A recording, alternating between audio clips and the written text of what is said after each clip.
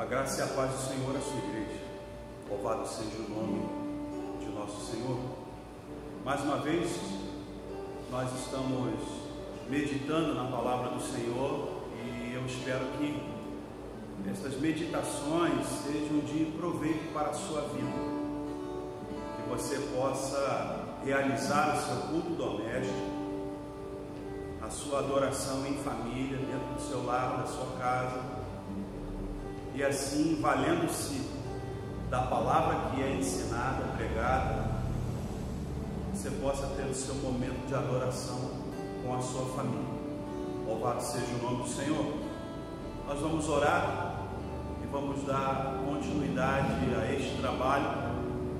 Tem sido um trabalho diferenciado, eu reconheço.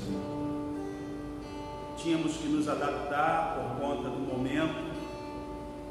Não podemos estar reunidos no local de culto, no local público de culto, mas nós não vamos deixar a meditação da palavra passar, nós não vamos deixar o momento de adorar o nosso Deus passar. Nós queremos utilizar este momento de forma didática para que aprendamos e resgatemos valores para as nossas vidas. Portanto, eu te convido a orar neste momento, entregando o que estamos fazendo nas mãos do nosso Deus. Pai bendito, Deus amado, louvado e engrandecido é o teu santo e poderoso nome. Não a nós, Senhor, não a nós, mas ao teu nome da glória.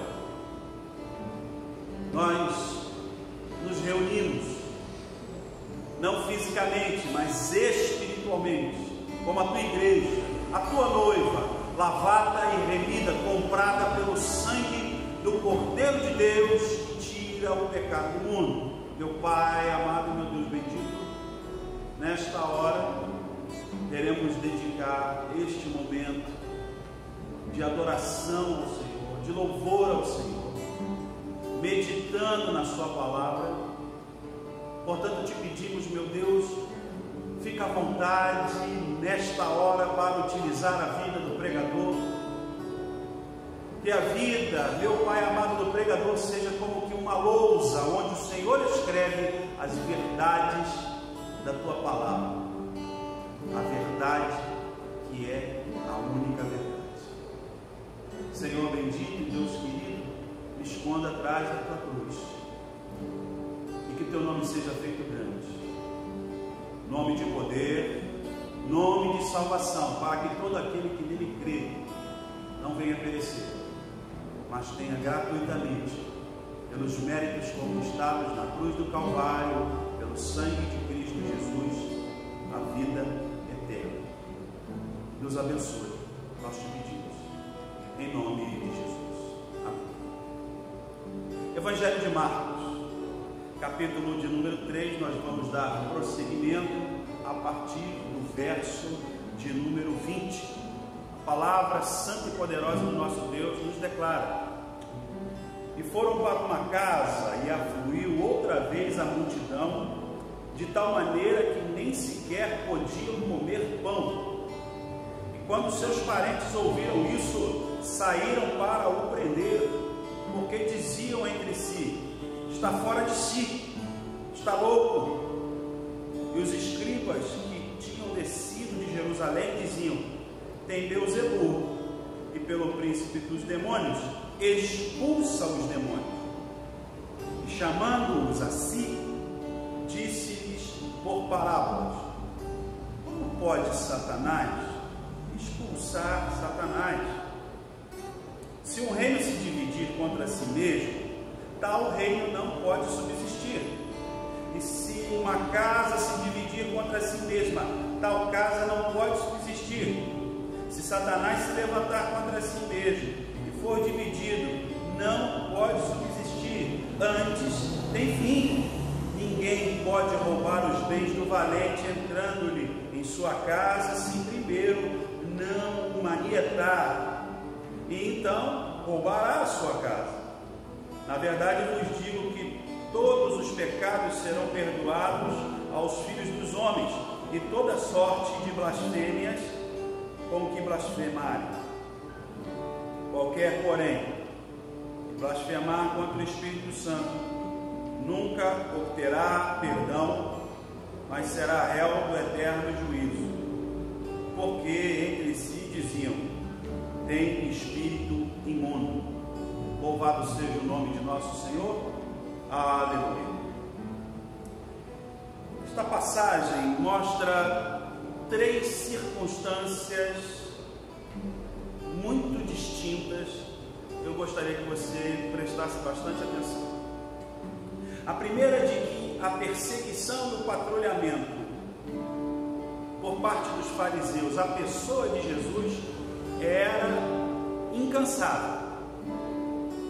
Por vezes estavam sempre aferindo, por vezes estavam sempre medindo o que ele fazia, por vezes estavam interpelando, interrogando acerca da lei, da tradição, para ver qual seria o posicionamento de Jesus, o que ele ensinaria a partir da Escritura. Outra característica é a busca do povo pelos milagres que Jesus executava. Então percebam, meus irmãos amados, é claro que, estando sitiado, Israel é um povo sofrido, massacrado. Já contava em seu histórico cativeiros. Parte deste povo tinha sido dizimado. E agora eles são reféns dentro do seu próprio território. Conseguem imaginar isso? A terra que Deus havia prometido, a terra que havia sido prometida aos teus pais, a terra que mana leite e mel. Sim, eles foram para lá, foram dirigidos por Deus para lá, mas lá se tornaram cativos, prisioneiros, por parte do Império Romano. Outra característica, a terceira e também fundamental, é que Jesus passa a argumentar que eles negam o Espírito Santo que está nele, credenciando ele, testificando que ele é o Messias e que isto é um pecado imperdoável. E nós vamos também entender, pela ministração desta palavra, como isto chega até nós no dia de hoje. Louvado seja o nome do Senhor. A palavra no verso 20 diz que foram para uma casa. É certo, eles foram para ali para descansarem. A própria palavra diz que eles não podiam nem comer pão. Como homens naturais, comuns, como eu e você, eles também precisavam ter momentos pessoais, a sós, de descanso. A palavra é clara. A multidão seguia de tal forma que eles não podiam se alimentar. E os parentes de Jesus saíram de sua cidade e ouviram o que estava acontecendo, que Jesus estava ministrando e realizando, e tentaram de alguma forma retirá-lo dali, demovê-lo, fazê-lo declinar, esquecer. Porque a insurgência contra o Império Romano era punida com a morte. Talvez não entendamos a dimensão deste versículo quando está escrito aqui que os seus parentes o classificaram como uma pessoa fora de si. Não, ele deve ter perdido o tino. Então Jesus não está batendo bem. O que será que está acontecendo com ele? A nossa vida já é difícil e ele ainda vai caçar problemas? A palavra continua no verso 22 declarando: os escribas que tinham descido de Jerusalém diziam: ele tem Beelzebu, e pelo príncipe dos demônios expulsa os demônios. queria trazer, dentro deste entendimento que fiz, a introdução do sermão. Trabalhar com você algumas ideias para que possamos entender este episódio e qual a validade deste episódio para as nossas vidas. Nós temos aqui algo que é fácil de se entender nos dias atuais, ainda que não seja de forma clara, porque está de forma velada na sua grande maioria das vezes. E é uma oposição entre você não ter nenhuma informação e você ser desinformado. Quando você pega um carro e você não sabe o caminho, você para e pergunta às pessoas qual é a melhor rota, qual é o melhor caminho, como você faz para chegar naquela localidade, naquele lugar que você pretende. Mas se você achar que tem a informação correta, só que ela não é a correta, você está desinformado, você vai rodar e vai perambular, e vai ir e vai voltar, e não vai chegar a lugar nenhum. Isto acontecia com os fariseus. Escribas e fariseus eram um grupo muito bem distinto, os quais eram conhecidos como zelosos da lei. Os escribas, a sua grande maioria fariseus, eles eram os copistas da época. Não havia imprensa, então para que a palavra pudesse ser divulgada, ampliada, editada, para que fosse lida na sinagoga, nos encontros, nas reuniões, estes homens tinham por ofício copiar e copiar e copiar. Então, por bem, eles acabavam memorizando a palavra, a escritura, e então, por memorizar e ter assim na ponta da língua, digamos, eles eram reconhecidos como os doutores da lei.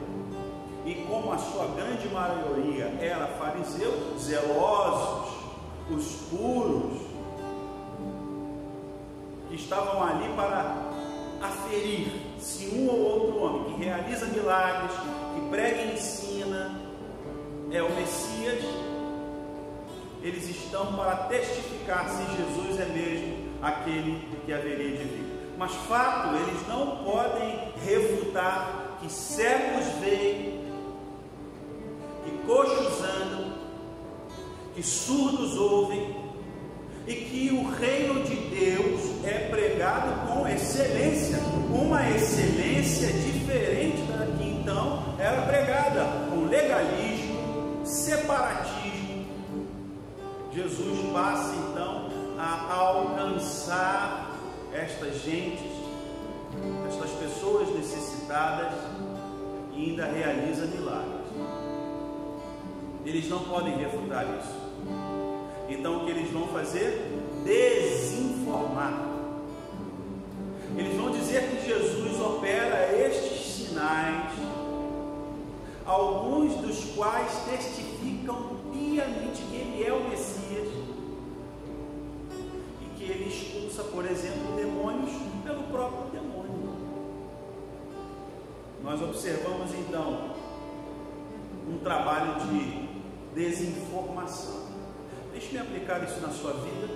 Quantas não são as vezes que tentam dizer que você é o que você não é? Não podem refutar o que você tem feito, não podem refutar uma vida de oração, ainda que publicamente ou não. Não podem refutar a sua leitura da Bíblia. Não tem como classificar você de outra forma, como sendo servo ou serva do Senhor. Não que precisemos de alguma maneira mostrar para as pessoas que estamos assim vivendo. Mas é fato, meus irmãos, haverá um grupo de pessoas que vai dizer que você ora porque é interesseiro.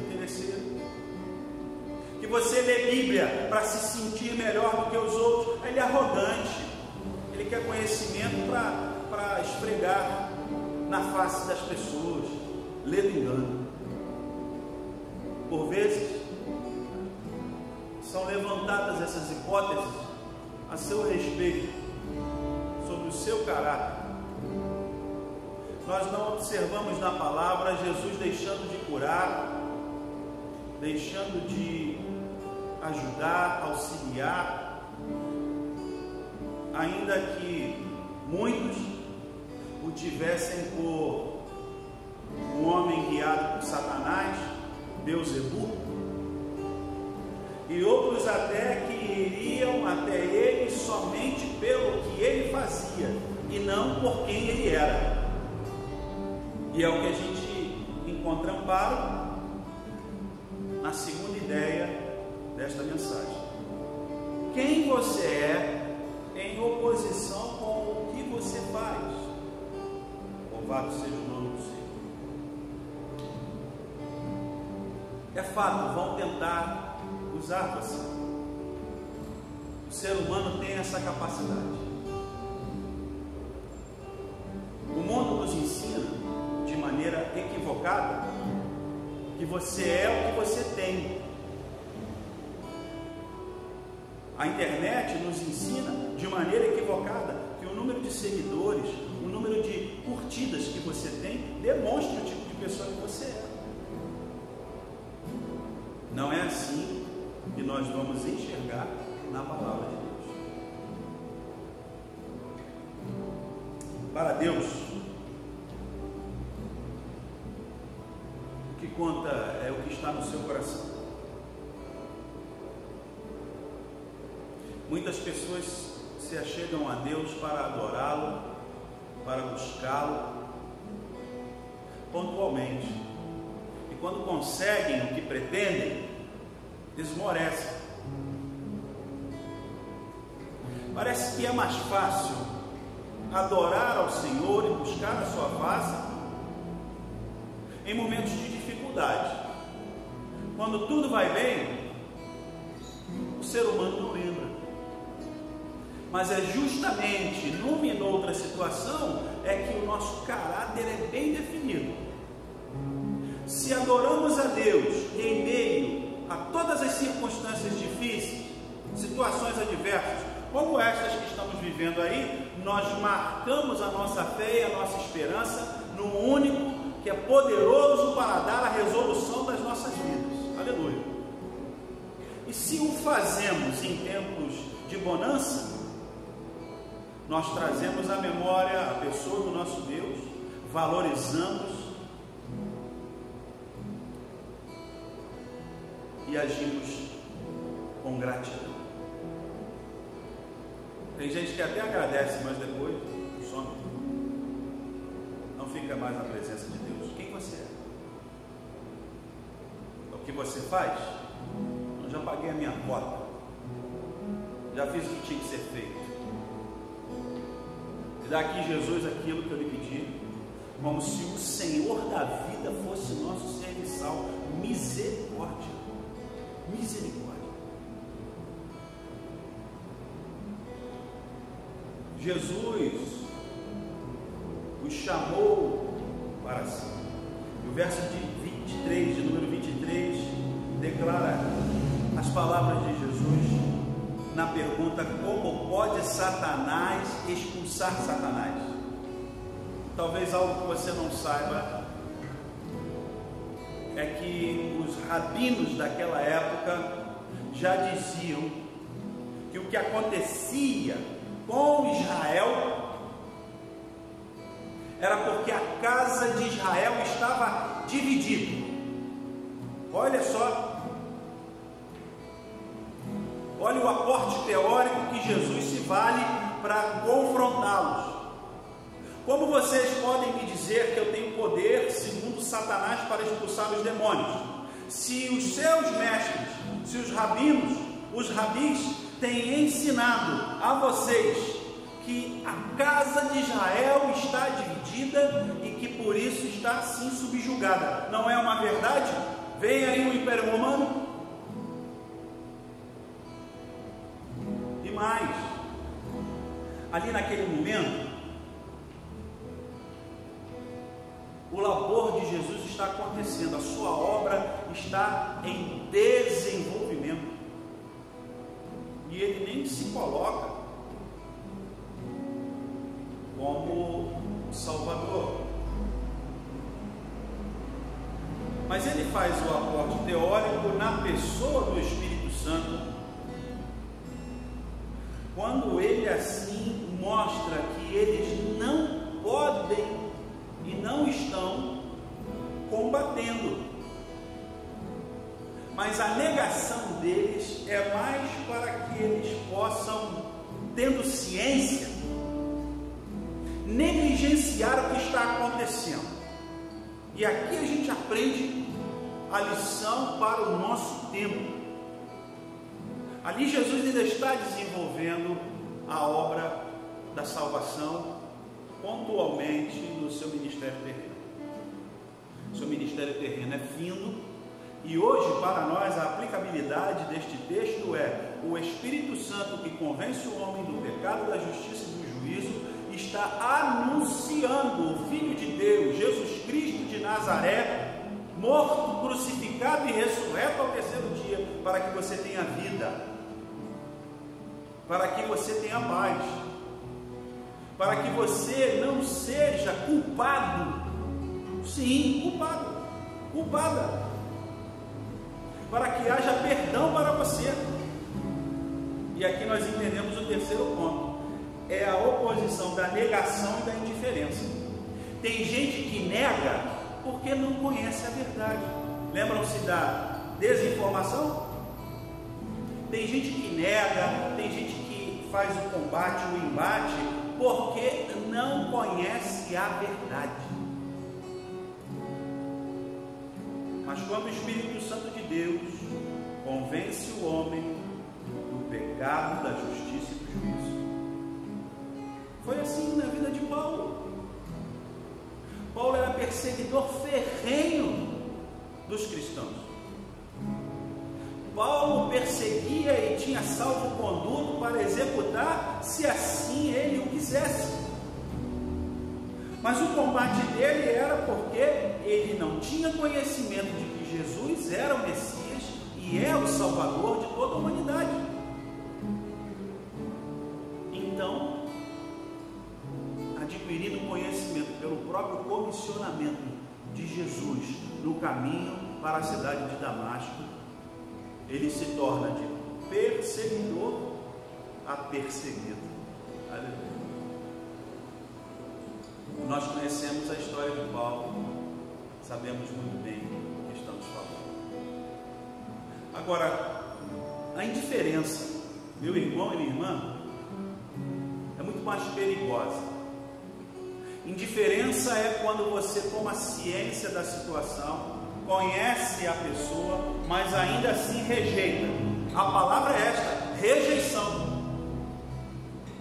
Estamos em tempos aqui que as informações pululam, e o que você só precisa fazer é saber filtrar, saber qual é a fonte, se ela é idônea ou não, e adquirir bom conhecimento, boa palavra, palavra que te edifique e que não te engane, e que não se valha, se utilize da natureza caída humana, nas suas paixões. Deixe-me ser um pouco mais contundente. O ser humano gosta de ser enganado. Não se permita isso. Não se permita isso. Não seja indiferente com a obra que Cristo executou na cruz do Calvário para a sua vida. Aleluia! Não seja indiferente à sua palavra. Hoje ainda estás ouvindo o que o vosso pastor está lhe dizendo. Eu estou lhe dizendo: entrega, pois, o teu caminho ao Senhor, confia nele e tudo mais ele o fará. Não tem porta de emprego fechada, não tem tempo de quarentena, não tem dificuldade que o nosso Deus não possa vencer. e se apraz ao Senhor fazer a sua igreja passar por tal dificuldade, Ele a conduzirá diante de tal sofrimento. Deixe-me chamar a sua atenção para um fato histórico que talvez você não se tenha dado conta. O viés da igreja, o viés histórico da igreja, sempre foi o do martírio e da perseguição. Zona de conforto não foi feita para cristão.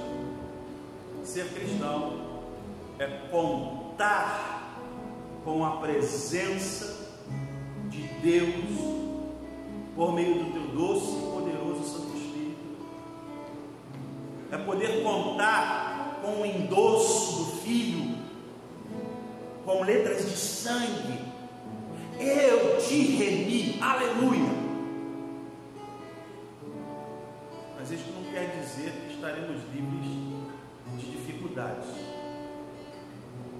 E agora você pode dizer: não quero esta palavra, e agir com indiferença, ou tendo tomado conhecimento do que está sendo pregado para a sua vida, dizer: é verdade, eu preciso entregar verdadeiramente a minha vida ao Senhor. Eu preciso agir conforme esta palavra. Eu preciso enxergar que Jesus é Deus, que é Salvador,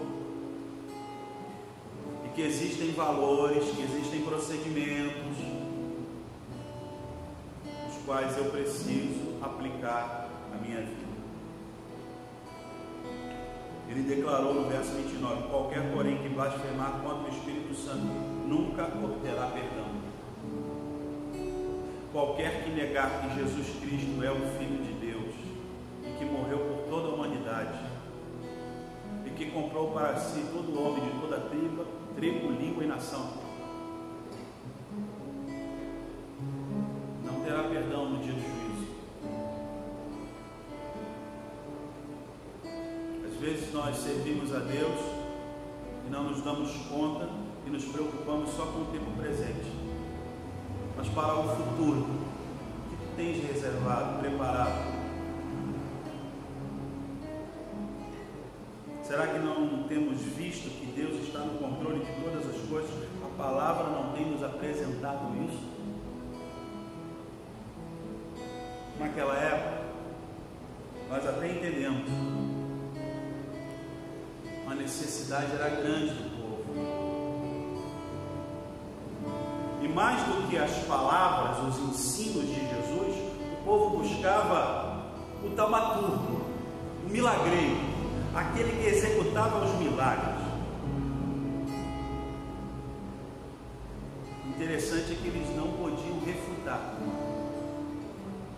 ainda que com conhecimento, porque os rabinos ensinavam que um ou outro demônio poderia ser expulso por um homem de Deus, por um profeta,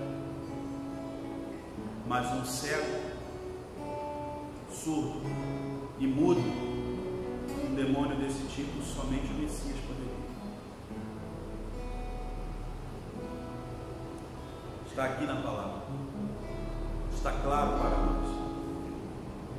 É a mesma resposta que ele deu aos homens que, enviados por João Batista, foram buscá-lo para lhe perguntar: és tu o que havia de vir ou esperamos outro? A resposta de Jesus foi: os cegos veem, os surdos ouvem, os coxos andam, e a vós todos é anunciado o reino de Deus. Ou seja, ele diz: quem é que pode fazer isto, senão o próprio Filho de Deus? Tirem suas próprias conclusões. Tire sua própria conclusão, meu irmão, minha irmã. O que tem sido ensinado deste culto, nesta igreja, para a sua vida e para a sua família? São palavras que massageiam o seu ego, ou são palavras que trazem os valores da verdade da palavra de Deus para a sua vida, contando, seu pastor, contando que você há de aplicar todas elas nas vossas vidas? No nome disso, os psicólogos chamam de autorresponsabilidade. responsabilidade. Não existe passe de mágica. Existe responsabilidade de quem serve a Deus e faz com que as suas palavras ganhem vida. Os fariseus e os escribas conheciam muito bem a palavra, mas não queriam aceitar que Jesus era a própria palavra se cumprindo. Às vezes não entendemos e não aceitamos, agimos com indiferença, não percebemos que a palavra do Senhor está se cumprindo nas nossas vidas e na face da terra. Eu espero que você tenha entendido, que você não se deixe levar por desinformação, que você não seja ferido quando alguém lhe busca, te procura ou mede a sua vida pelo que você faz e não por quem você é, a sua essência.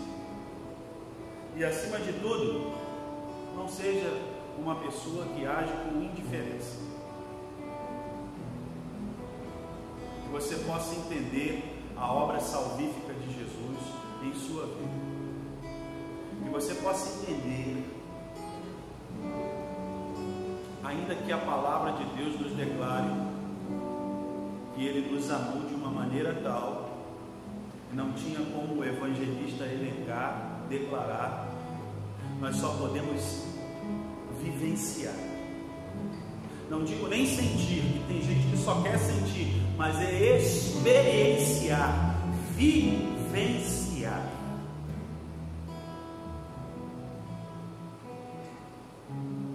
Que Deus te abençoe, meu irmão, minha irmã, e te faça entender que Deus é contigo, que Ele é contigo, que Jesus se sacrificou por você, porque Deus te ama. Que este Espírito Santo que habita em nós e que nele nos movemos, porque sem ele não estaríamos de pé, seja suficiente para lhe renovar neste dia. Confia, Jesus é o Filho de Deus. Confia, Ele tem poder para operar milagres. Confia, Ele é sim. Que Deus te abençoe em nome de Jesus Cristo de Nazaré. Que Deus te abençoe e faça com que o seu Espírito seja derramado na sua vida. Que Deus abençoe a sua casa, sua parentela. Que Deus te abençoe, meu amigo.